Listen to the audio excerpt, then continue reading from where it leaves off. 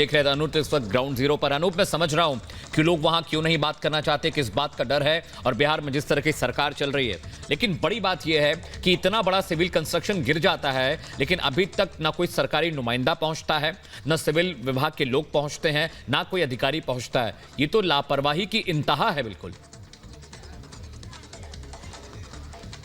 बिल्कुल अमित, और सबसे बड़ी बात कि एसपी सिंगला जिसका मैं जिक्र कर रहा हूं, जिस ग्रुप को ये पुल बनाने का जिम्मा मिला है, कार्रवाई होनी चाहिए थी, एक्शन होना चाहिए था, लेकिन ये कह दिया गया इस पुल के टूटने पर जितना नुकसान हुआ है इसका बोझ उस पर जाएगा। क्या ये कह देने से जो दोष जो मढ़ा जा रहा है, जो आरोप लगे भ्रष्टाचार के, वो खत्म हो जाएंगे? ये सबसे बड़ा सवाल है, क्योंकि कल रात को 9:30 बजे तेजस्वी यादव प्रेस कॉन्फ्रेंस करते हैं और बाकायदा ये कहते हैं इसका बोझ सरकार पर नहीं पड़ेगा। यानी सरकार पर नहीं पड़ेगा, इसका मतलब जिम्मेदारी गैर जिम्मेदारी ऐसी बढ़ती रहेगी। ये बड़ा सवाल है, और सवाल ये भी उठ रहे हैं कि कल या परसों देखिए बालासोर की घटना, जो रेल दुर्घटना, तेजस्वी यादव अश्विनी वैष्णव से रेल मंत्री से इस्तीफा मांग रहे थे। अब बीजेपी ये कह रही है कि इतनी बड़ी घटना हो गई, क्या तेजस्वी या फिर नीतीश कुमार इस्तीफा देंगे? एक रिपोर्ट इससे जुड़ी हम आपको दिखाते हैं और समझाने की कोशिश करते हैं ये भ्रष्टाचार की पुल कैसे फेट चढ़ गया है इन्हीं के बीच।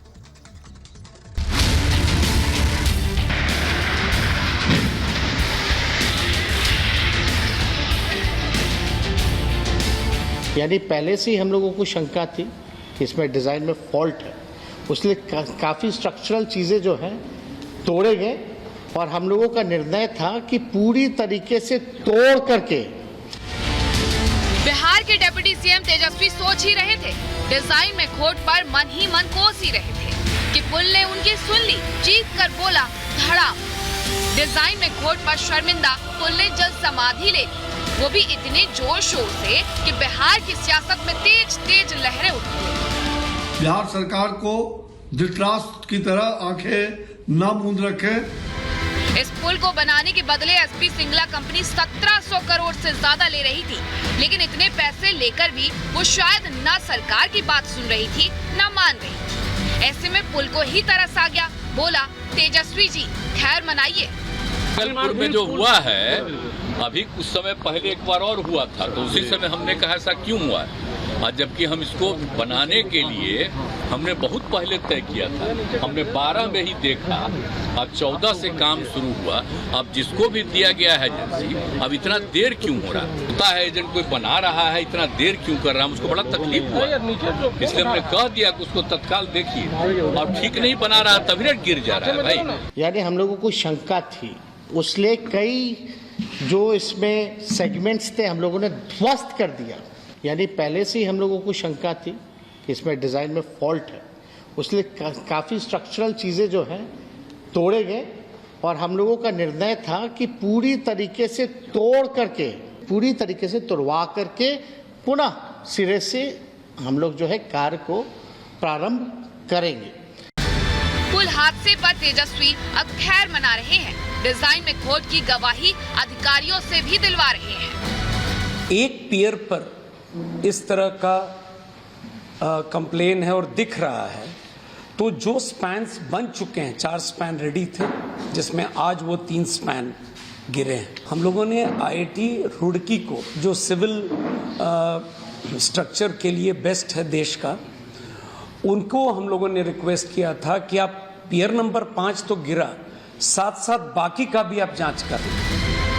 लेकिन बीजेपी को न तेजस्वी की बात पर भरोसा है, न ही अधिकारियों पर। उन्हें यकीन है तो सिर्फ पुल निर्माण में हुए भ्रष्टाचार पर। इसलिए कोई नीतीश तेजस्वी से इस्तीफा मांग रहा है, तो कोई सुशासन की नीयत में खोट बता रहा है। बिहार सरकार को धृतराष्ट्र की तरह आंखें न मूंद रखे, और पुल निर्माण निगम के सभी सेतु की सेफ्टी जांच कराएं।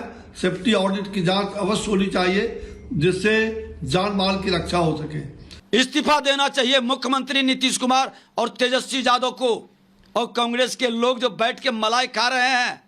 ये कमीशन खोरी की प्रथा, गुणवत्ता विहीन काम और आपके मानसिकता, राजनीतिक और अस्थिरता के कारण प्रशासनिक अराजकता, भ्रष्टाचार चरम पर है, जिसकी परिणति दिखाई पड़ रही है। पुल की इस हरकत पर बीजेपी भले ही कितनी लाल पीली हो, लेकिन बात तो वाकई में खैर मनाने वाली है, क्योंकि पुल का काम दिसंबर तक पूरा होना था। उसके बाद इस पर वाहन दौड़ने लगते। सोचो अगर उस वक्त पुल डिजाइन में खोट पर प्रसंज्ञान लेता तो क्या होता। ये जांच का विषय है, इसके लिए हाई पावर कमेटी बनानी चाहिए, उसकी जांच करनी चाहिए। ये कंपनी बहुत छोटी सी थी, ये बिहार में आकर इसने बहुत सारे पुल बनाए हैं। जितने पुल सिंगला कंपनी ने बनाए हैं उन सब पुल की जांच करनी चाहिए। 9 साल पता नहीं प्रधानमंत्री जी के इस देश में अब नीतीश बाबू का क्या रोल रह गया। नीतीश कुमार अब बिहार को एक दिन भी मुख्यमंत्री हैं तो वो हानिकारक है। गंगा नदी में जिस पुल के गिरने से सियासत हिलोरे मार रही है उसकी पूरी जानकारी आपको दे देते हैं।